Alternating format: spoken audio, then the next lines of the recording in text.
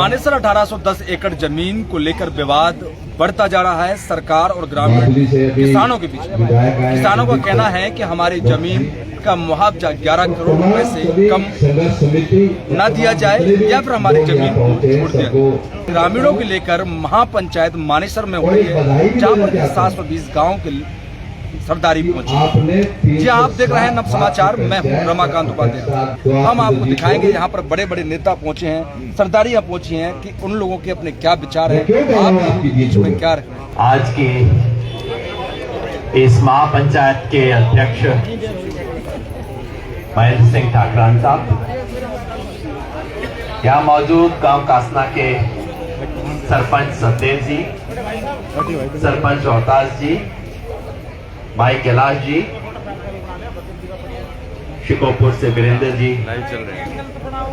मेरे तमाम बुजुर्गों, भाइयों और बहनों, सबसे पहले मैं बहनों को प्रणाम करना चाहता हूं, इसलिए कि मुझे हमेशा ये महसूस हुआ है और मैंने हमेशा कहा है, जिस आंदोलन में महिला साथ बैठ जाए वो आंदोलन कभी नहीं हार सकता, कभी नहीं हार सकता।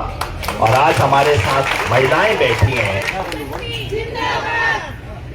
आज हमारे साथ महिलाएं बैठी हैं इस इलाके की, उससे मुझे सबसे ज्यादा हौसला मिलता है।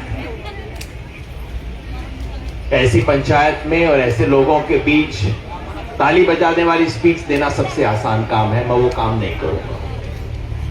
मैं कुछ साफ साफ बात कहूंगा और जो कर सकता हूं वो बोलूंगा। ये चांद सितारे तोड़ के ला दूंगा, वहां पे आसमान पे पहुंचा दूंगा, ऐसी बात मैं ना करूंगा। सच बात ये है कि सरकार के मन में ये है कि भाई ये दक्षिण हरियाणा का किसान तो लड़ेगा ना, कोई फर्क ना पड़े। जैसे भाई साहब ने बोला, पूरे देश में किसान आंदोलन चल रहा था, हरियाणा में हिम्मत नहीं थी chief minister, deputy chief minister की कि अपना हेलीकॉप्टर उतार दे कहीं पे, लेकिन यहां दक्षिण हरियाणा में सभाएं कर रहे थे, तालियां पिटवा रहे थे।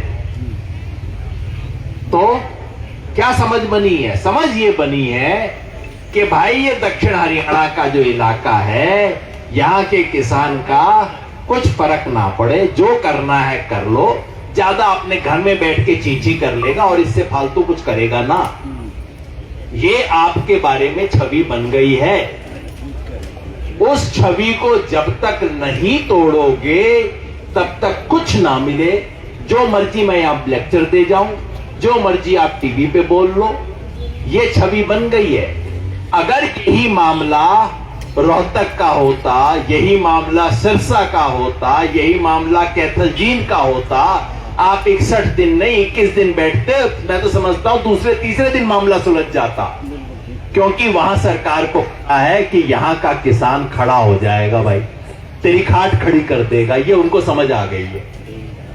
हमारे इलाके के किसान ने ये संदेशा आज तक नहीं दिया। बात कड़वी लगे तो माफ कर देना, बेटा हूं आपके इलाके का, सच बोलना मेरा धर्म बनता है। और इसलिए आज इतने सब साथियों को देख के, खास तौर पे अपनी बहनों, माताओं, बच्चियों को देख के मेरे को बड़ा हौसला आ रहा है कि चलो, और कुछ हो ना हो, इस इलाके के महिलाओं ने बैनर उठाना तो सीख लिया है, हाथ उठाना तो। बहन जी जरा उठा के दिखाओ ये बैनर, ये हुई ना बात, बहनें हाथ खड़ा करें, ये हमारी सबसे बड़ी ताकत है। इससे मुझे ज्यादा हौसला मिल रहा है। सच्ची बात बताऊं आपको, कह रहा मैं कड़वी तो एक बात कह दूंगा, सच्ची बात ये। अब इनसे प्रेरणा लेके हम भी जरा खड़े हो जाएं। जिस घर से एक महिला आई है, उस घर परिवार से अगर 5 आदमी ना बैठे तो लानत है उस परिवार पे। क्या मिलेगा हमारे को? कुछ ना मिलेगा। इसलिए मेरे को आज थोड़ा सा हौसला बढ़ रहा है। सच बात यह है कि आपके साथी पिछले 10-15 दिन से फोन कर रहे थे और मैं इनको ईमानदारी से कह रहा था, भाई देख, अगर कोई सेटिंग करनी है तो अपने आप कर लो, मेरा मुंह काला क्यों कर रहे हो बीच में? अगर लड़ना है तो ईमानदारी से बताओ, लड़ना है तो साथ बैठने को तैयार हूं, और अगर कुछ है सरकार से सौदेबाजी का मामला है तो भाई अपने आप कर लो, मेरे को बीच में ना घसीटो। जब आपने यहां पे एक पंचायत की, आज महापंचायत की घोषणा हुई, तो फिर मैं आपके पास आया हूं, दो साधारण बात कहने के लिए आया हूं। बहुत लच्छेदार भाषण कुछ नहीं दूंगा। पहली बात, और मैं चाहता हूं हमारी बहनें, तमाम साथी, ये 1894 का कानून, 2013 का कानून, हमारे तो बेरा ही ना पाटे भाई, क्या बात है, क्या चीज है। देखो, आपके घर से कोई चीज मुझे लेनी हो, आपका मकान लेना हो, आपकी जमीन लेनी हो, मैं क्या करूंगा भाई साहब, जमीन चाहिए, देना चाहते हो, नहीं देना चाहते, आप कहोगे भाई ये रेट है, लेना है तो ले, नहीं तो जा। मगर कुछ चीजों की देश को जरूरत होती है, रेलवे की लाइन निकालनी है, डिफेंस का काम करना है, वो देश की जरूरत है, और उसके लिए कानून बना था कि अगर देश की जरूरत है तो जबरदस्ती भी सरकार किसी की जमीन ले सकती है, और उसमें रेट कौन तय करेगा, सरकार तय करेगी। अब आप सोचो, मैं कहूं कि भाई मेरे को तेरी जमीन चाहिए और रेट मैं तय करूंगा और तेरे को देनी पड़ेगी, ये कानून है। दुनिया में किसी चीज पे कानून नहीं होता। ये बड़े बड़े अंबानी की है ना, वहां पे बंबई में 29 मंजिल की बिल्डिंग है। मैं कह दूं अंबानी जी आपकी बिल्डिंग बड़ी अच्छी लग रही है, मैं आपकी बिल्डिंग लूंगा, दाम मैं तय करूंगा, और आपको 1 महीने में छोड़नी पड़ेगी। वो कहेगा भाई कौन सी गुंडागर्दी है। तो ये जो भूमि अधिग्रहण का कानून है, ये सरकारी गुंडागर्दी का कानून है। अंग्रेजों ने बनाया था हिंदुस्तानियों की जमीन छीनने के लिए, सन 1894 में बना था, अंग्रेजों का कानून है। इसका किसी देश प्रेम, देशभक्ति से कोई संबंध नहीं है। हिंदुस्तानियों की जमीन खोसने के लिए कानून बनाया था। दुर्भाग्य इस देश का यह है कि 125 साल तक यह कानून चलता रहा। देश आजाद जिस दिन हुआ उस दिन यह कानून खत्म हो जाना चाहिए था, लेकिन 2013 तक यह कानून चला। 2013 में थोड़ा सा इसमें रियायत दे दी कि चलो भाई, जमीन लेने से पहले किसान से पूछेंगे कि भाई तेरे जमीन देनी है कि नहीं देनी है। होना तो शुरू से ही चाहिए था। 150-125 साल बाद कहा कि चलो पूछ लेंगे तुमसे, और मुआवजा इतना देंगे जिससे कम से कम जो सचमुच बाजार में मिल सकता है उसके कहीं बराबर तो पहुंचा देंगे, क्योंकि रजिस्ट्री ठीक रेट पे होती कभी नहीं है, वो गलत रेट आता है। सर्कल रेट हमेशा बाजार रेट से बहुत कम होता है। इसलिए कानून बनाया था कि जो सर्कल रेट होगा उसका 4 गुना आपको दे दिया जाए। अब सरकार की क्या जिम्मेवारी होनी चाहिए? अच्छा, जब यह कानून पास हुआ तो सिर्फ कांग्रेस ही नहीं, बीजेपी ने भी उछल उछल के इसका समर्थन किया था। उस समय 2013 में बीजेपी की नेता स्वर्गीय सुषमा स्वराज जी थी, राजनाथ जी उस समय बोले थे, उन्होंने कहा कि नहीं, इस सरकार ने पूरा नहीं दिया किसान को, इससे भी ज्यादा होना चाहिए। और जब वो लोग सत्ता में आते हैं तो कहते हैं कौन सा कानून, इस कानून को तो हम मानते ही नहीं, इसको तो लागू ही नहीं करेंगे। ये खेल है सारा। जबरदस्ती आपकी जमीन ली जाएगी, आपकी राय ना ली जाएगी, जो मुआवजा कानून में लिखा है वो ना दिया जाएगा। क्यों? क्योंकि सरकार आपके प्रतिनिधि के रूप में नहीं, ये बड़े बड़े उद्योगपतियों के दलाल की तरह काम करती है। सरकार का क्या काम होना चाहिए? अगर कोई उद्योगपति आपकी जमीन 1 करोड़ में खरीद रहा है, सरकार को कहना चाहिए ना भाई, कम से कम 2 करोड़ की है, इससे कम में ना बेचो। और यहां सरकार कहती है जितने कम से कम में लूट सको लूटो, मैं जबरदस्ती लेके तुम्हारे को दे दूंगा, तुम चिंता ना करो। ये काम हो रहा है, ये अन्याय है, ये लूट है। किसी और के साथ ये काम नहीं होता, किसी उद्योगपति के साथ नहीं होता, किसी कार वाले के साथ नहीं होता, किसी ट्रक वाले के साथ नहीं होता। ये सिर्फ और सिर्फ किसान के साथ ये लूट का काम होता है। विरोध कैसे करेंगे? 2 तरीके हैं, एक है कागज की लड़ाई और एक है जमीन की लड़ाई। कागज की लड़ाई लड़नी पड़ेगी, लेकिन याद रखिए जैसी जमीन की लड़ाई चलाएंगे उसके हिसाब से कागज की लड़ाई चलेगी। कागज तब, आपकी फाइल तब खुलेगी अगर नीचे से फोन आएगा कि भाई बड़ा नाक में दम कर रखा है इन किसानों ने, जरा इनका मामला सुलझाओ, तब आपकी फाइल खुलेगी, उससे पहले ना खुले। लेकिन कागज की लड़ाई लड़नी हो। बात आपकी बिल्कुल सही है, आपको स्टे ऑर्डर मिल गया था और बिल्कुल धोखा देके हाई पावर्ड कमेटी का नाम लेके जो बनाई भी नहीं, धोखे से स्टे ऑर्डर उठवा लिया गया, सारा मामला खराब है। आपका कागज पे केस बहुत अच्छा है, कोर्ट कचहरी में जरूर जाइए, लड़िए। मैं अपनी तरफ से एक छोटा वादा कर सकता हूं कि आपका मुकदमा जिस दिन सुप्रीम कोर्ट में पहुंचने लायक हुआ, शुरू सुप्रीम कोर्ट से मत करना जी, शुरू नीचे से करना ताकि 2-3 चांस मिले। जिस दिन आपका मुकदमा सुप्रीम कोर्ट में पहुंचेगा, इस देश का सबसे बड़ा वकील आपके पक्ष में खड़ा होगा। यह मैं वादा आपको कर सकता हूं।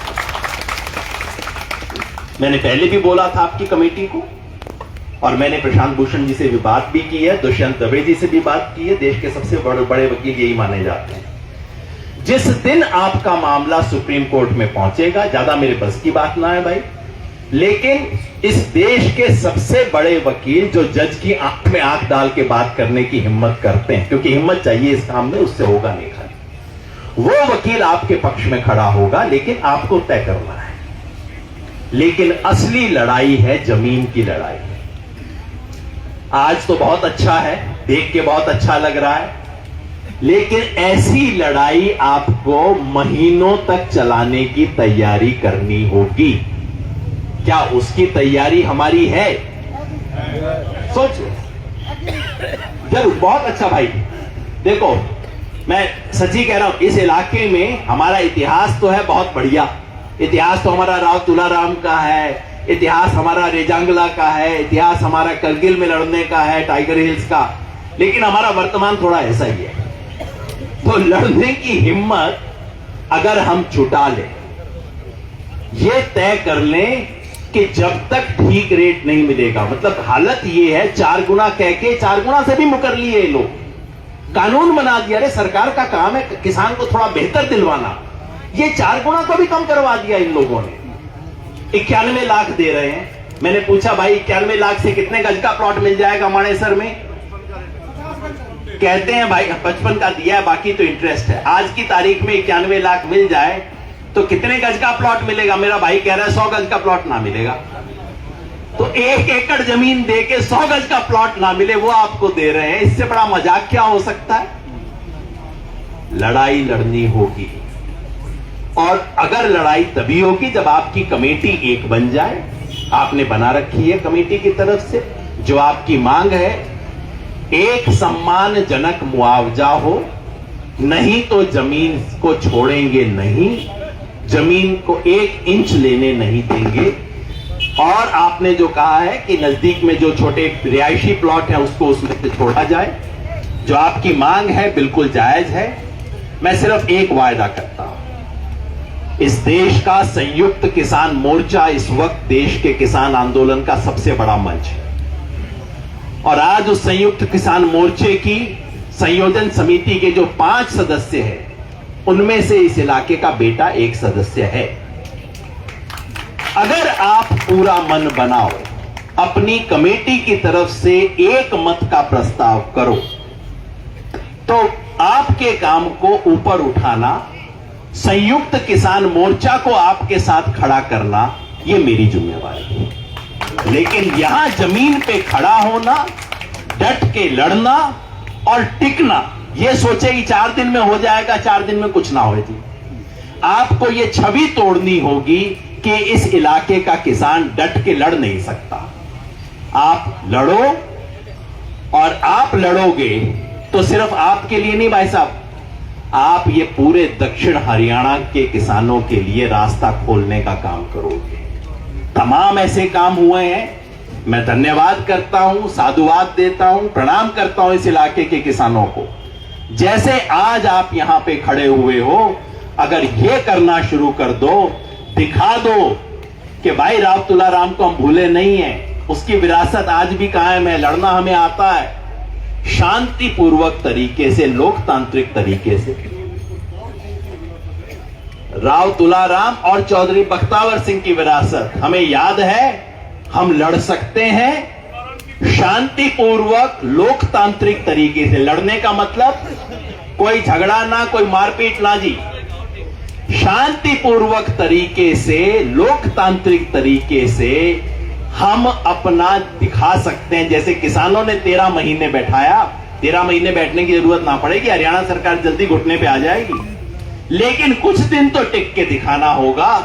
तो आप सबसे मेरा अनुरोध है कि मिलके हम बोलें, लड़ेंगे और जीतेंगे। अब जिसने जिसने लड़ाई जीतनी है जरा जम के बोलना कि जीतेंगे, लड़ेंगे, जीतेंगे। अरे मैं पुनः अपने गांव मानेसर की तरफ से और इलाके की तरफ से आप सभी का, मैं भी आप सभी की तरफ से हार्दिक अभिनंदन करता हूं। साथियों, 60 दिन से कंटिन्यू आप यहाँ बैठे हैं। क्यों बैठे हैं? आपकी जमीन आपसे छीनी जा रही है, वह जमीन जिसमें पुरखों से हमारे रहते आ रहे हैं। ये काशन एक इतना ऐतिहासिक गांव है जिसको काशी के नाम से भी जाना जाता है। इस काशन की भूमि बहुत दूर तक फैली हुई है, इसी के आंचल में कई गांव बसे हुए हैं।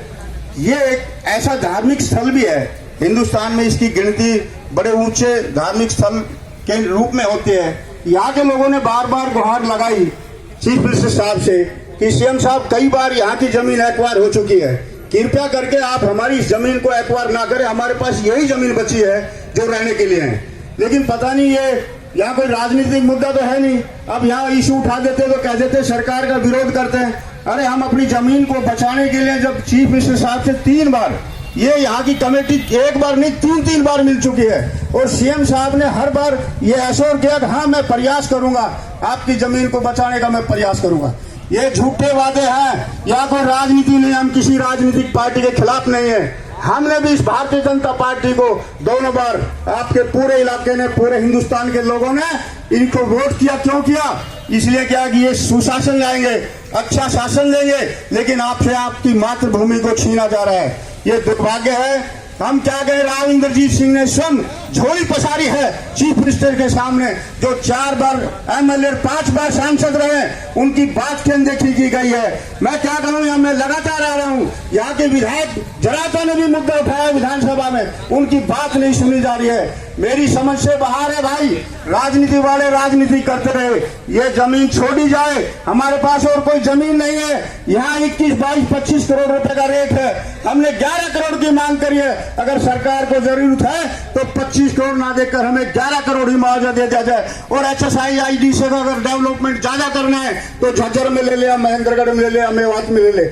हमारे से हमारी जमीन ना दी जाए। बहुत धन्यवाद। अभी एक साहब ने कहा है, कटारिया साहब ने, हमारे ठाकरान साहब की चीफ मिनिस्टर साहब मानते हैं। अरे हाथी का पाँव में सबका पाँव, घर आई नागर ना पूजे, बम्बई पूजन चाहे। ठाकरान साहब, हम आपसे अपील करते हैं, अगर सीएम साहब आपके मानते हैं तो इस जमीन को मुक्ति दिलाएं। धन्यवाद जी।